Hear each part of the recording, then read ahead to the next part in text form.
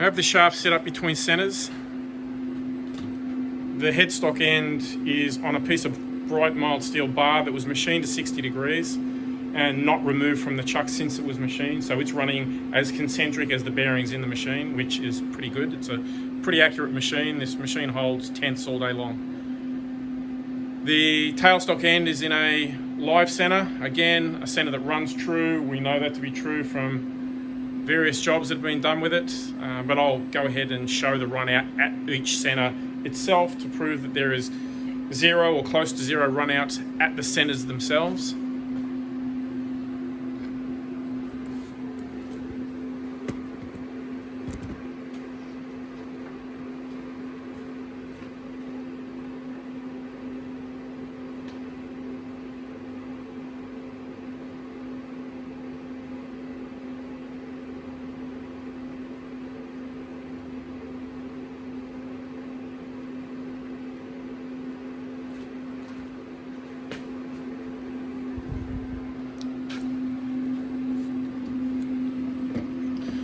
So this is just to show the shaft running relative to the centre. And as you can see, virtually no run out. This is a metric dial indicator, by the way. So we're seeing less than 0.01 of a millimetre.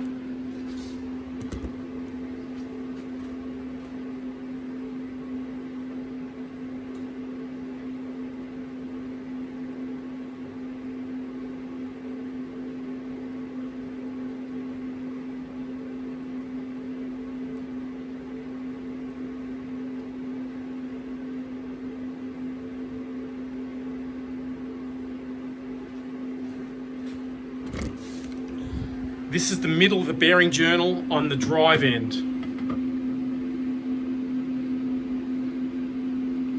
you can see a little over 0.1, 0.11, maybe 0.12, so a little over 4 thousandths.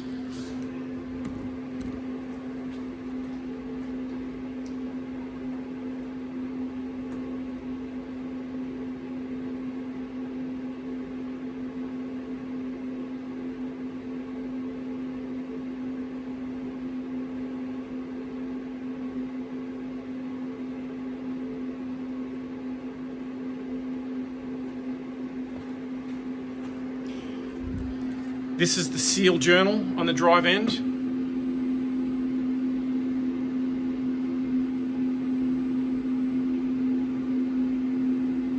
you can see about 0.2, 8 thousandths.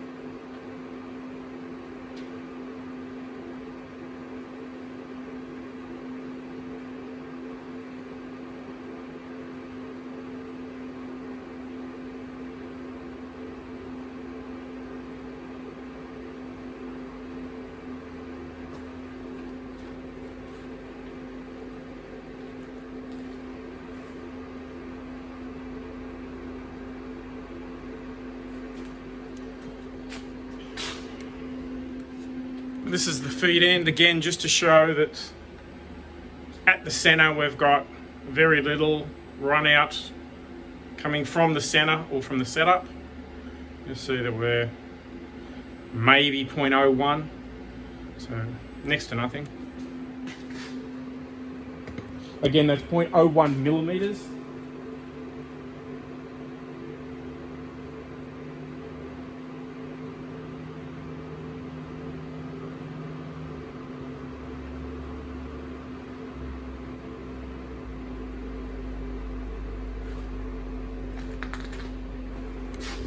This is the middle of the bearing journal on the feed end.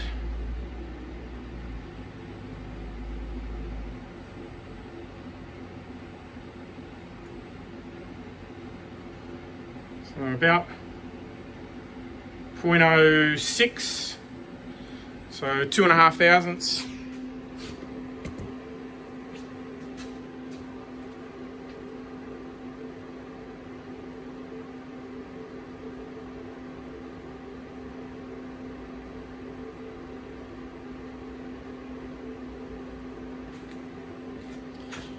And this is the bearing journal on the feed end. The seal journal on the feed end.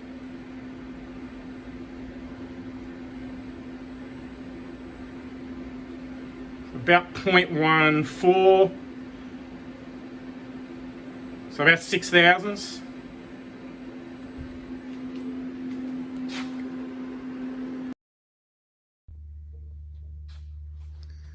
Here's the shaft back on the static balance stand.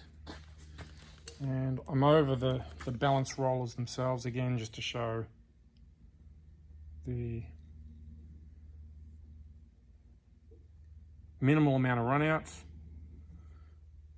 There's really nothing on it there.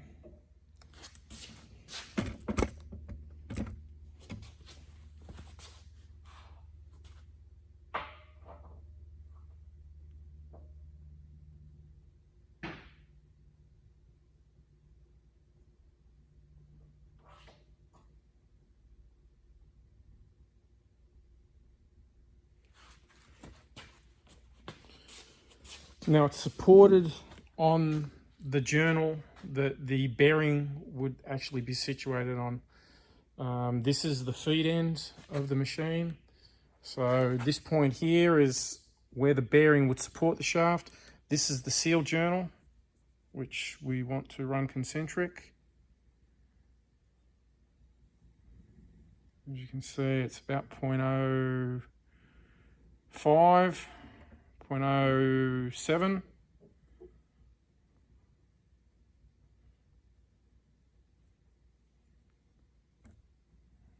It's fluting with 0.1, so about 3 thousandths it's running out there.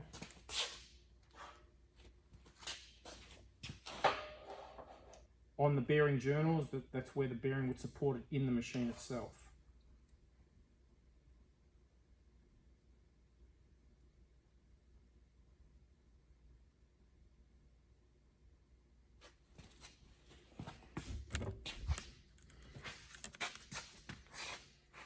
Now we're on the drive end seal journal.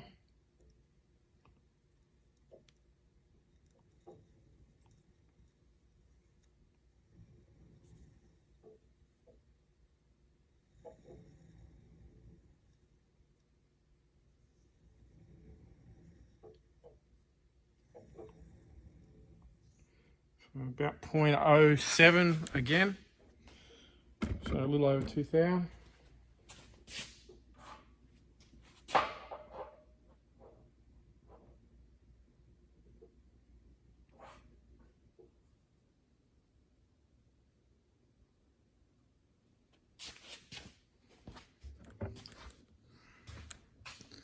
Now we're on the drive end coupling surface.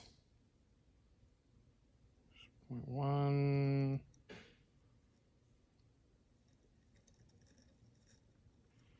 So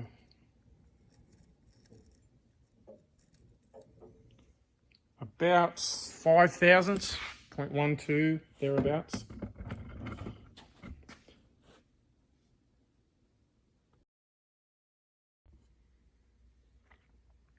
I've got it set up on some big wide V blocks to show the run out, with it supported on the V blocks at the bearing journals again.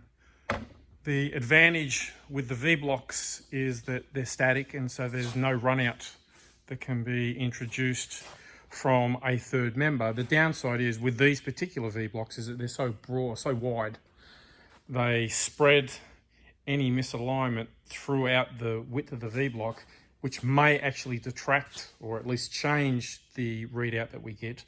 But it is indicative of runouts regardless, so go ahead and take a look at the drive end seal journal.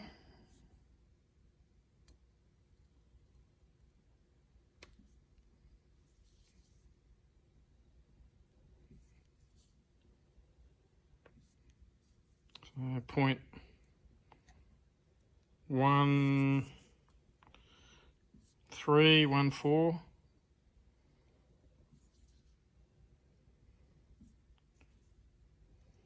So about 6 thousandths.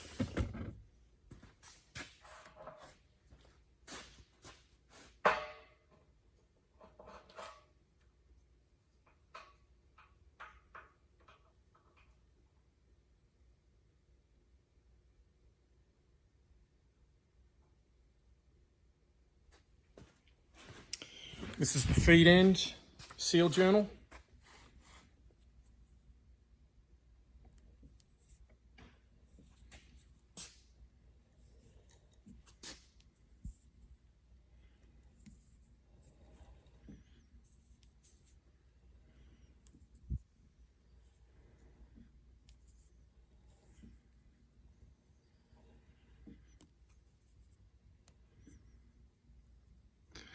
We're seeing a little bit of fluctuation just in the shaft trying to climb the edge of the V-block. But when I relax it, it's showing about 0.1 on this end, so about 4 thousandths, a little over 4 thousandths perhaps.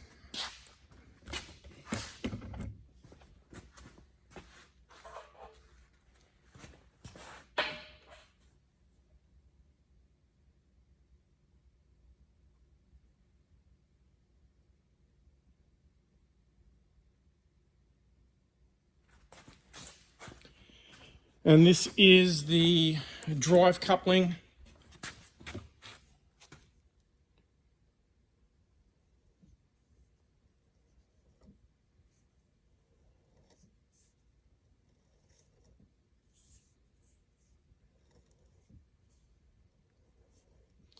So again, about 0.0607.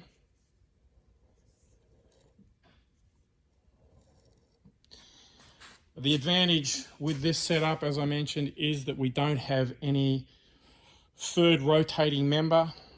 It is on static V-blocks. The downside to this is that the V-blocks are so wide, and so any misalignment that shows up or any out of alignment that shows up from the axis of rotation is spread across the width of the V-blocks.